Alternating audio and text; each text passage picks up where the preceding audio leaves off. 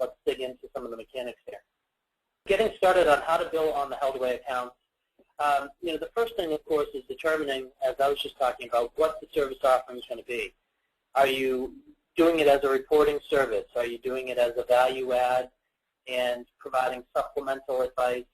Or are you going to provide a comprehensive portfolio construction and asset allocation? So develop and define that service offering, and then look at the economics. It's easy to look at this from the the revenue uptick, but also look at the the cost structure. So the technology costs, the people costs, the opportunity cost of delivering this. So think through all those components, and then with my risk management hat on, I'm going to say also think through what's the cost of you not doing it. So obviously much harder to put math around, but think that through as part of the strategy and planning, because it might help you also think through how to segment your clients and how to determine which clients to onboard and at what pace to do as well. Jumping down, obviously you want to evaluate various technology solutions that are available and how they integrate into what your existing technology platforms are.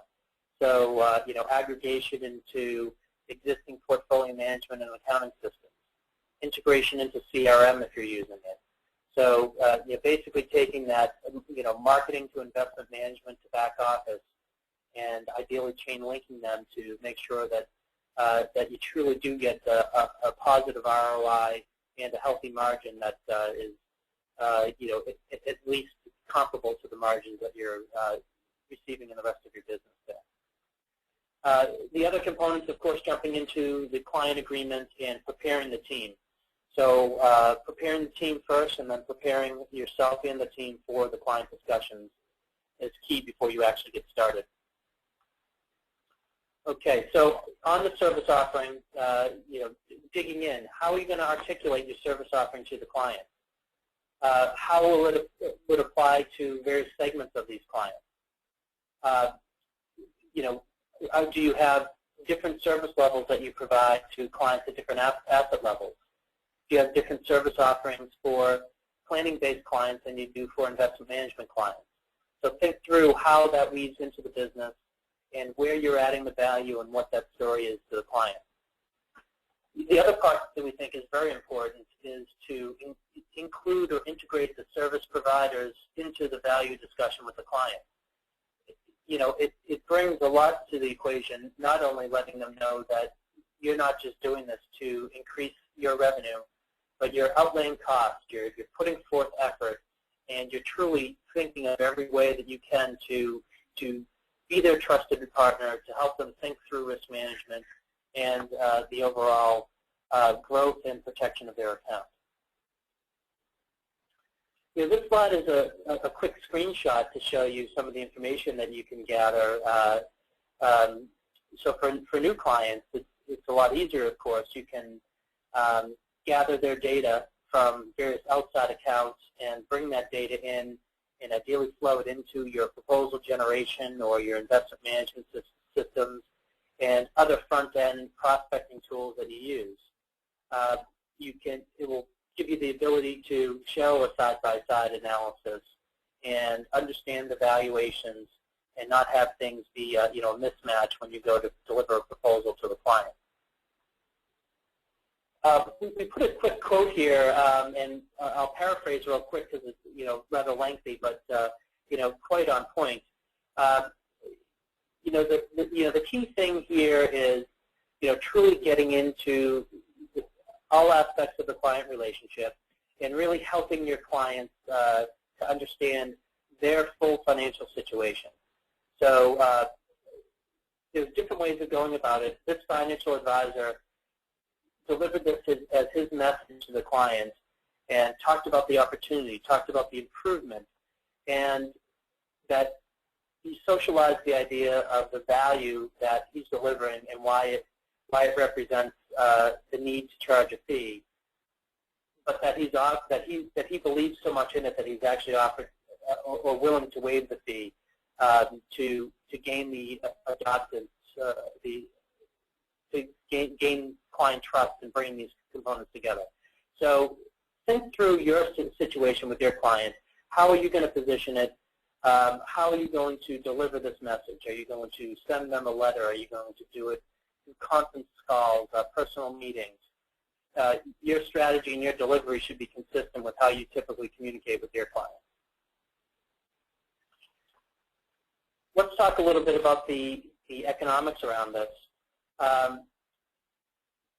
All of the core bullets are pretty straightforward. So the expected revenue lift is going to be, in direct correlation to, the number of accounts you onboard and how quickly and at what level of basis points, or whether you provide a fixed admin fee or some other component. But you definitely want to look at the cost of your technology and the integration into your other technologies, and of course the opportunity costs. And lastly, just think through, this is what we look at as the biggest cost here. What are the implications of inaction here?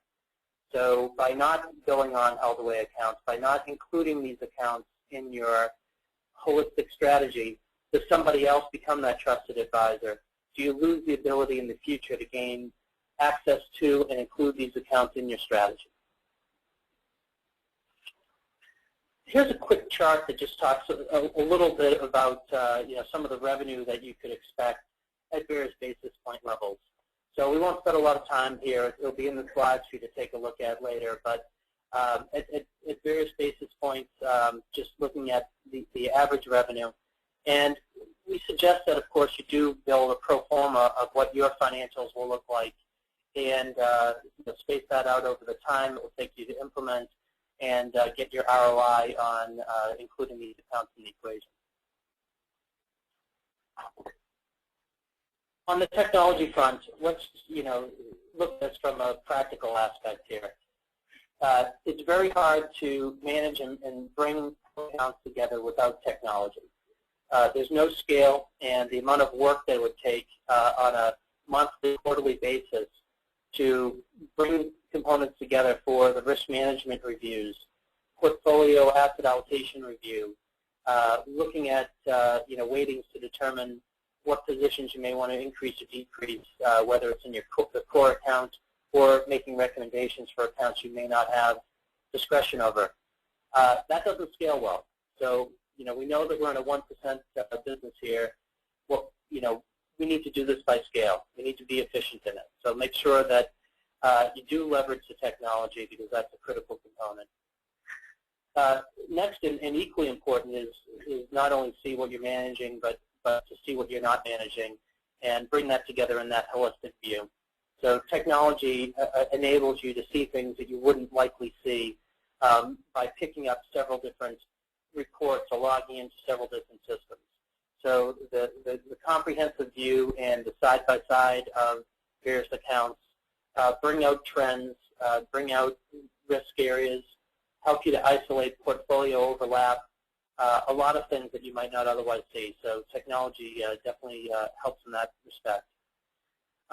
And of course, we talked quite a bit about the other bullet points, so I won't spend a lot of time here. But make sure that you do look at not just what the technology options are, but how they fit right into your business and how you truly make these not only a profitable endeavor for you, but how you gain value out of the use of the information and deepening the client relationship. Let's jump right into billing, because this is probably one of the most important areas for folks. So, how do we bill? There's more than 3 ways to do this, but we basically picked on some of the major ones here. The first one is deduction from an authorized account. So most of you on the call here have a primary custodian relationship, and you can, if authorized through an agreement and structured properly, deduct fees from an authorized account. So basically deduct fees of a held away account into another authorized account. So that could be you're billing on a 401k account and deducting your fee for that oversight from another qualified account or even a taxable brokerage account. So that's certainly an option there as well. And again, you need access to the data so that you're able to upload those fees to the custodian. So you need to be able to calculate and upload the fees pull that one off. And similarly, doing an ACH. Many advisors have implemented strategies where they provide a fixed fee or even an offline asset management calculation, and have advisors, have the clients set up a repetitive transfer over to their account, or to pay via bill pay. So we're seeing quite a bit of that recently here. And of course, the often more manual and less desired method by many is direct invoicing to the client and receiving payment back either via check, wire, and increasingly we're seeing popularity with people looking to get miles and other components by using their credit card via PayPal, Google Checkout, or some integration into your website. On the client agreement, here's some of the must-haves that we want to make sure that you take into consideration. And in one of the following slides, we have an example for you, but are happy to provide some others along the way. You need to make sure that you have the authority to deduct your fees and the authority to gain access to and bill on any of the accounts that are out there. More important, and something we don't often see articulated well in agreements, is what are you going to do? What are the services that you're going to provide in return for this compensation? So it's a delicate balance, because you don't want to be too granular, because you do want to have that balance between your responsibility and what's out of scope. So if you get too granular, your contract may not be valid or cover you for the activities. But if you're also too broad, that becomes an issue as well. Next, and equally a problem we see with a lot of agreements, is that what's the client responsibility? Is the client responsible for making sure you're aware of changes to their situation? Ideally, with the access into the accounts, you're going to know if there are changes to their situation, which is of course ideal. But you want to make sure that you're not assuming that responsibility for them. The client is still accountable for letting you know what type of investor they are, what they're planning to do with their money and their assets. So you can only manage to the information that's known. Otherwise, you're guessing. So make sure that you not only make that into the agreement, but you do talk to the client about that on at least an annual basis. And the other bullets here we've talked quite a bit, but think of the last two as very important. How do you avoid the implications of custody?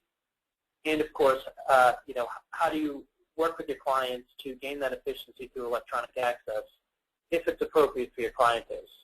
So some clients are, still prefer and require you to deliver things through physical mail and other methods. But ideally, you want to have provisions in your agreement to allow not only electronic access to their information, but allow you to deliver it electronically as well. And it will certainly facilitate an equation where you're dealing with accounts from coming at you and information coming at you from multiple angles here. Here's a quick example letter that the folks in BioAccounts have offered up that you might want to send out. It's again really pointing out we have a partner in this. Here's the value for this, and here's why we're doing it. Here's how it works. Here's what you would expect, and here's how we get started. So certainly connect with the folks at BioAccounts to get more details on the full letter if you're looking for an example. But the key component here is partnering with your clients to gain the support and then thinking through the full delivery mechanism of this. How do you get them started? How do you get them seeing the value? And how do you make it just a routine part of your business? This last section here is just a quick sample. We've talked about addendums to the agreement, and instead of baking things in to the body of the text of an agreement, which could potentially nullify the agreement if it needs to be changed, outside authorization forms and power of attorney forms could be added as addendums and an appendix to this. And putting in tabular format helps in the client understanding and the delivery, and certainly makes the process a lot easier for the onboarding. Here's just another simple release, and we won't spend a lot of time on this, but basically, the key thing here is make sure that you're getting access to, you're getting the authority on an organization or financial institution by financial institution basis, that you have the ability to go in and access those accounts. Don't try to do this in a broad nature to say that we default get access to everything, because that has its risks. With access to information also comes responsibility to act and responsibility to provide advice and guidance. So if you're taking responsibility for things that you may not know are there, or you're not actually going into, you're putting some undue risk on yourself.